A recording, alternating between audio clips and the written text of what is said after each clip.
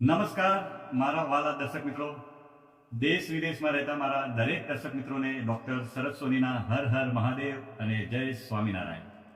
મિત્રો, આજના વિડીયોમાં હું વાત કરવાનું છું મોરૈયા વિશે. જો તમે ઉપવાસમાં મોરૈયો ખાઓ છો તો આ વિડીયો તમે જરૂરથી જોજો.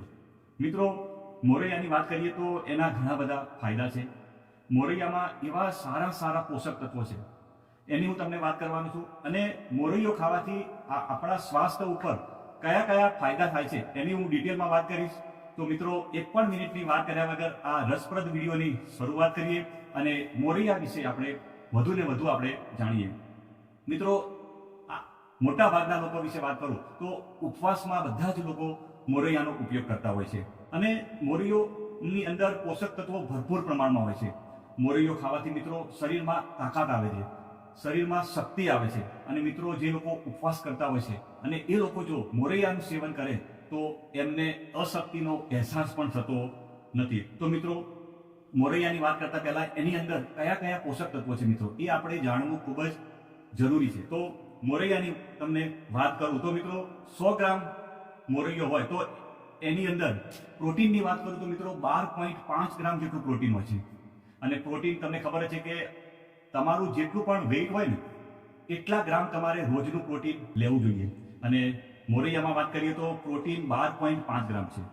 એની અંદર જો ફેટની વાત કરું તો 3.5 ગ્રામ ફેટ હોય છે.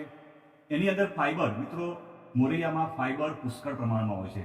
અને ફાઈબરની વાત કરું તો ફાઈબર શું કરે છે, આપણા પાચન શક્તિને મજબૂત બનાવે છે, એકદમ સ્ટ્રોંગ બનાવે છે. તો ફાઈબર એની અંદર 5.2 ગ્રામ જેટલું ફાઈબર હોય છે. મિત્રો, કાર્બોહાઈડ્રેટ એટલે કે શક્તિ, એનર્જીની વાત કરું તો મિત્રો 100 ગ્રામ મોરૈયો હોય તો એની અંદર 63.8 ગ્રામ કાર્બોહાઈડ્રેટ હોય છે. એટલે આપણા સ્વાસ્થ્ય માટે ખૂબ જ ફાયદાકારક હોય છે. મિત્રો, કેલ્શિયમની વાત કરું મિત્રો તો એની અંદર 8 મિલીગ્રામ જેટલું કેલ્શિયમ, જે સારું કહેવાય આપણા શરીરમાં દાંત, હાડકાં, એના માટે કેલ્શિયમ ખૂબ જ જોઈએ છે. તો મિત્રો, મોરૈયામાં 8 મિલીગ્રામ જેટલું કેલ્શિયમ હોય છે. હવે આયરનની વાત કરું મિત્રો, લોહ તત્વ, તો મોરૈયાની અંદર 2.9 મિલીગ્રામ જેટલું આયરન એટલે કે લોહ તત્વ હોય છે. કે જે લોકોને જો લોહીની ઉણપ હોય અને એ લોકો જો મોરૈયાનું સેવન કરે તો એનાથી લોહીની ઉણપ પણ દૂર થઈ શકે છે.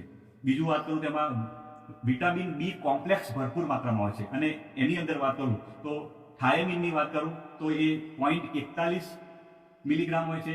રિબોફ્લેવિનની વાત કરું તો 0.28 મિલીગ્રામ. અને નિએસિનની કરું વાત તો એ 4.5 મિલીગ્રામ જેટલું નિએસિન. એટલે કે આ બધા મેં તમને કીધા એ બધા વિટામિન બી કોમ્પ્લેક્સ, એટલે કે અંદર ભરપૂર માત્રામાં વિટામિન બી કોમ્પ્લેક્સ હોય છે. અને એ આપણી પાચન શક્તિમાં ખૂબ જ મદદ કરે છે. મિત્રો, હવે તો એની અંદર વાત કરું તો કોલેસ્ટેરોલ 0 મિલીગ્રામ, સહેજ પણ નથી હોતો મિત્રો. એટલે કે જે લોકોને કોલેસ્ટેરોલની તકલીફ હોય એ લોકો આરામથી મોરૈયાનું સેવન કરી શકે. એની અંદર સેચ્યુરેટેડ ફેટ એ 0% હોય છે. બીજું મિત્રો, એની અંદર લો ગ્લાયસેમિક ઇન્ડેક્સ, એટલે કે જે લોકોને ડાયાબિટીસની તકલીફ હોય અને જો લોકો મોરૈયો ખાય તો એમાં એ લોકોને ફાયદો થાય છે. મિત્રો, એની અંદર લો ગ્લાયસેમિક ઇન્ડેક્સ હોય છે. બીજું, એની અંદર ઝીંક, એની અંદર ફોસ્ફરસ હોય છે. મિત્રો, અને પોટેશિયમ હોય છે, ભરપૂર માત્રામાં પોટેશિયમ. એટલે કે જે લોકોને હાઈ બીપીની તકલીફ હોય એ લોકો જો મોરૈયાનું સેવન કરે તો એમનું બીપી નોર્મલ થઈ જાય છે. અને બીજું, ફોસ્ફરસ હોય તેનો મતલબ કે આપણા હાર્ટ માટે, આપણા હૃદય માટે ખૂબ જ ફાયદાકારક હોય છે. અને આપણા હૃદયને એકદમ સ્ટ્રોંગ, મજબૂત બનાવવાનું કામ કરે છે. અને બીજો મિત્રો, ખાસ વાત કહું તો મોરૈયો ગ્લુટેન ફ્રી હોય છે. એટલે કે મિત્રો આપણા સ્વાસ્થ્ય માટે ખૂબ જ ફાયદાકારક હોય છે. હવે જો મિત્રો મોરૈયાના ફાયદા વિશે આપણે તમને વાત કરું તો મિત્રો, મોરૈયાનું જો આપણે સેવન કરીએ ને તો તરત જ આપણા શરીરમાં એનર્જી આવે છે. અને જો સવારે તમે જો એનો નાસ્તામાં ઉપયોગ કરો, સવારે તમે જો એનો નાસ્તામાં જો તમે ઉપયોગ કરો ને તો આખો દિવસ તમને થાક નથી લાગતો અને આખો દિવસ તમને કમજોરીનો અહેસાસ પણ થતો નથી. મિત્રો, મોરૈયાની તમને વાત કરું તો એમાં હાઈ પ્રોટીન હોય છે. મિત્રો, આગળ તમને વાત કરી એ પ્રમાણે એમાં પ્રોટીનની ટકાવારી પણ સારી હોય છે, જે તમારા શરીર ઉપર એક સારી સકારાત્મક ફાયદો કરે છે, આપણા હેલ્થને ખૂબ જ ફાયદો કરે છે. અને બીજું જે મિત્રોને એસિડિટી અને જો ગેસની સમસ્યા હોય ને તો એમાં ખૂબ જ ફાયદો કરે છે. એટલે મિત્રો, મોરૈયાના ફાયદાની વાત કરું બીજું તો એની અંદર ભરપૂર માત્રામાં તમને કીધું પ્રમાણે ફાઈબર હોય છે, કેલરી, પ્રોટીન, વિટામિન્સ, મિનરલ્સ એ બધું સારા પ્રમાણમાં હોય છે. આગળ વાત કરીએ એ પ્રમાણે શરીરની અંદર જો લોહીની ઉણપ હોય અને જો તમે મોરૈયાનું સેવન કરો તો એની અંદરથી તમારા શરીરમાં હિમોગ્લોબિનનું લેવલ વધી શકે છે. મિત્રો, મોરૈયાનું સેવન પેટ માટે ખૂબ જ ફાયદાકારક છે. જુઓ મિત્રો, એમાં ભરપૂર માત્રામાં ફાઈબર હોય છે, જે પાચન તંત્રને મજબૂત કરે છે અને સાથે કબજિયાત જેવી સમસ્યામાંથી છુટકારો અપાવે છે. અને જે લોકોનું વજન વધતું હોય અને જે લોકો મોટાપાની સમસ્યાથી પીડાતા હોય અને એ લોકો જો મોરૈયો ખાય તો એમનું વજન પણ ઘટવાની શક્યતા છે મિત્રો. એટલે એ મિત્રો વજનને નિયંત્રિત કરવાનું પણ કામ કરે છે. મિત્રો, મોરૈયા આપણા દાંત અને હાડકા માટે ખૂબ જ ફાયદાકારક છે, કારણ કે મોરૈયામાં ભરપૂર માત્રામાં કેલ્શિયમ હોય છે, જે આપણા હાડકાને મજબૂત બનાવે છે. અને બીજું એ શું કરે છે કે શરીરમાં કોલેસ્ટ્રોલનું પ્રમાણ પણ ઘટાડવામાં મદદ કરે છે મિત્રો. એની અંદર ભરપૂર માત્રામાં પ્રોટીન અને ફાઈબર હોય છે, અને જે શું કરે છે ખરાબ કોલેસ્ટ્રોલ. મિત્રો, તમને બધાને ખબર છે કે આપણા શરીરમાં બે પ્રકારના કોલેસ્ટ્રોલ હોય છે. એક હોય છે HDL, જેને આપણે ગુડ કહીએ છીએ, એટલે કે સારું, અને જે LDL, જેને આપણે બેડ કહીએ છીએ. તો મિત્રો, મોરૈયો શું કામ કરે છે? જે આપણા શરીરમાં ખરાબ કોલેસ્ટ્રોલ હોય છે, જે બેડ કોલેસ્ટ્રોલ, જેને LDL કહીએ, તો એનું લેવલ ઘટાડવાનું કામ કરે છે. મિત્રો, સંશોધનોએ એવું સાબિત કર્યું છે કે મોરૈયો કેન્સર જેવા જીવલેણ રોગનો ખતરો પણ ઓછો કરવા માટે ફાયદાકારક છે.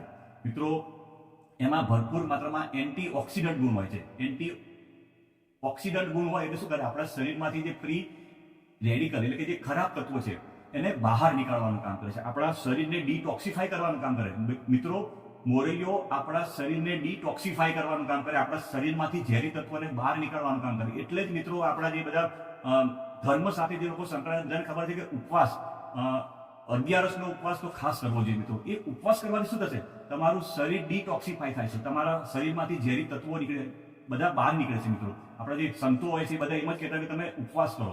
ઉપવાસ કરવાથી મિત્રો આટલા ફાયદા. ઉપવાસમાં જો તમે મોરૈયાનું સેવન કરો તો એ તો તમારે સોનામાં સુગંધ ભળી જાય મિત્રો.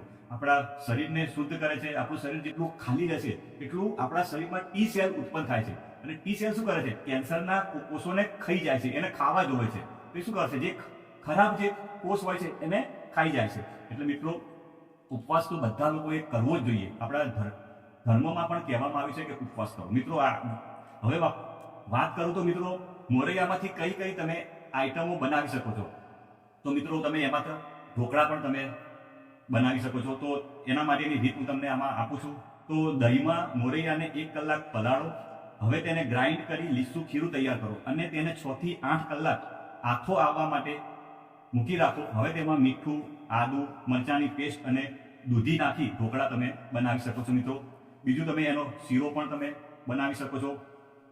મોરૈયાને કરો, ગ્રાઇન્ડ કરી લો. એક જાડા પેનમાં ઘી લઈ મોરૈયાના લોટને ધીમા તાપે સારો શેકી લો. તેમાં કેળાનો ઘાટો રસ, કેસર, પલાળેલું દૂધ, ખાંડ ઉમેરી મિક્સ કરી ઘી છૂટું થવા દો. હવે તેમાં સૂકા મેવા, એલચી અને પાવડર નાખીને મિક્સ કરો. મિત્રો, તમે આના ઢોસા પણ બનાવી શકો છો મિત્રો, મોરૈયાના ઢોસા.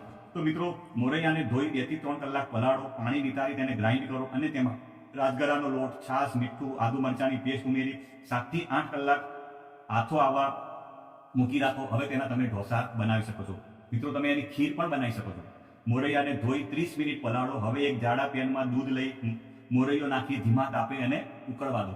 તેમાં કેસર નાખી ધીમા તાપે 10 થી 12 મિનિટ ઉકળવા દો, જેથી સામો નરમ થશે. હવે તેમાં ખાંડ ઉમેરી બરાબર મિક્સ કરો. ત્યારબાદ તેમાં સૂકા મેવા, એલચી પાવડર મૂકીને ઘટ્ટ થવા દો. તો મિત્રો, તમે મોરૈયામાંથી પણ અવનવી આઈટમો બનાવી શકો છો. મિત્રો, તમને મારો વિડીયો સારો લાગ્યો હોય તો લાઈક કરજો, શેર કરજો અને તમે તમારા બધા મિત્રોને મોકલજો. બાય બાય મિત્રો.